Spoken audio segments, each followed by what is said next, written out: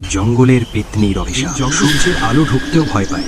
লোকেরা বলে রাত নামলেই এখানে জেগে ওঠে এক অভিশপ্ত আত্মা, যার কান্নায় থেমে যায় বাতাস আর যার অভিশাপে হারিয়ে যায় মানুষ। বহু বছর আগে এই জঙ্গলের পাশের গ্রামে বাস করত এক কন্যা।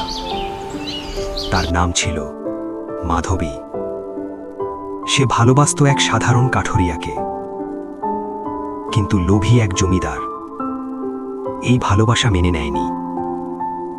ঝড়ের রাতে আগুন আর বজ্রপাতের মাঝে মাধবীর জীবন কেড়ে নেওয়া হয়।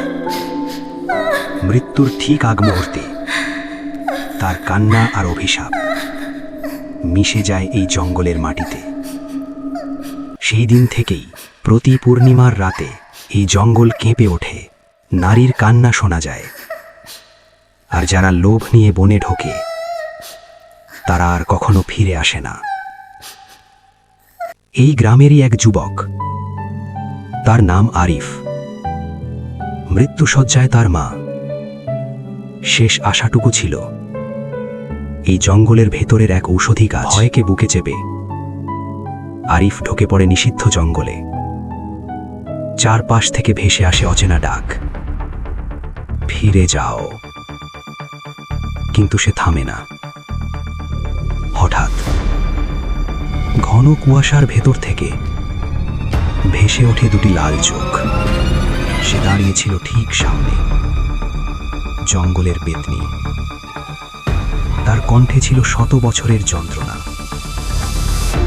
সে প্রশ্ন করে, তুই কেন এসেছিস? আরিফ মাথা নিচু করে বলে, মাকে বাঁচাতে। এই একটি উত্তরই পেতনির হৃদয় কাঁপিয়ে দেয়।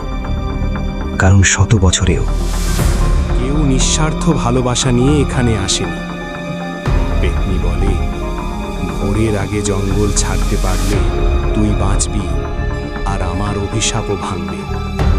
মৃতদের ডাক, অদৃশ্য হাত, ভয়ঙ্কর বিভ্রম সবকিছু সত্ত্বেও আরিফ পিছনে ফিরে তাকায় না। শেষ মুহূর্তে সূর্যের প্রথম আলো ফুটে ওঠে। এক দীর্ঘ আর্তচিৎকার, তারপর নীরবতা। মাধবীর আত্মা মুক্তি পায়, জঙ্গল ফিরে পায় শান্তি। আরিফ ফিরে আসে, তার মা বেঁচে যায়। কিন্তু মনে রেখো, ভালোবাসাই পারে অভিশাপ ভাঙতে। লোভ নিয়ে কেউ এলে জঙ্গল আজও জেগে আছে।